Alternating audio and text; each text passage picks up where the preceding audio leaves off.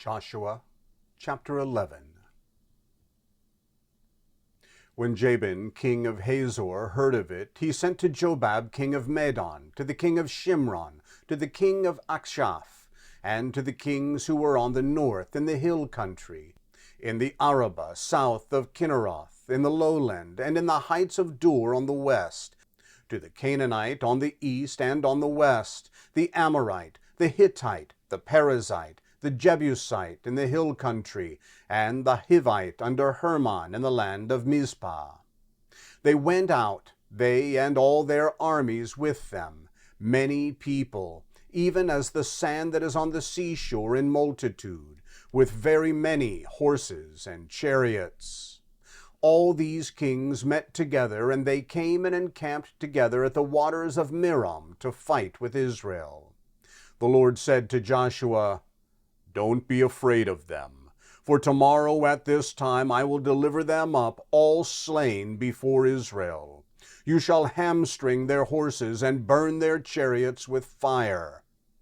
So Joshua came suddenly with all the warriors against them by the waters of Merom and attacked them. The Lord delivered them into the hand of Israel, and they struck them down and chased them to Great Sidon, and to Misrephoth Maim, and to the valley of Mizpah eastward. They struck them until they left them no one remaining. Joshua did to them as the Lord told him. He hamstrung their horses and burnt their chariots with fire. Joshua turned back at that time and took Hazor and struck its king with the sword, for Hazor used to be the head of all those kingdoms. They struck all the souls who were in it with the edge of the sword, utterly destroying them.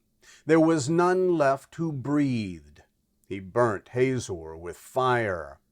Joshua captured all the cities of those kings with their kings, and he struck them with the edge of the sword and utterly destroyed them, as Moses the servant of the Lord commanded. But as for the cities that stood on their mounds, Israel burnt none of them, except Hazor only. Joshua burnt that. The children of Israel took all the plunder of these cities, with the livestock, as plunder for themselves. But every man they struck with the edge of the sword until they had utterly destroyed them. They didn't leave any who breathed. As the Lord commanded Moses his servant, so Moses commanded Joshua. Joshua did so. He left nothing undone of all that the Lord had commanded Moses. So Joshua captured all that land, the hill country, all the south, all the land of Goshen, the lowland, the Arabah, the hill country of Israel, and the lowland of the same, from Mount Halak that goes up to Seir, even to Baal Gad, and the valley of Lebanon under Mount Hermon. He took all their kings, struck them, and put them to death. Joshua made war a long time with all those kings. There was not a city that made peace with the children of Israel except the Hivites, the inhabitants of Gibeon. They took all in battle. For it was of the Lord to harden their hearts, to come against Israel in battle, that he might utterly destroy them, that they might have no favor, but that he might destroy them as the Lord commanded Moses. Joshua came at that time and cut off the Anakim from the hill country, from Hebron, from Debir, from Anab, and from all the hill country of Judah, and from all the hill country of Israel. Joshua utterly destroyed them with their cities. There were none of the Anakim left in the land of the children of Israel. Only in Gaza, in Gath, and in Ashdod did some remain.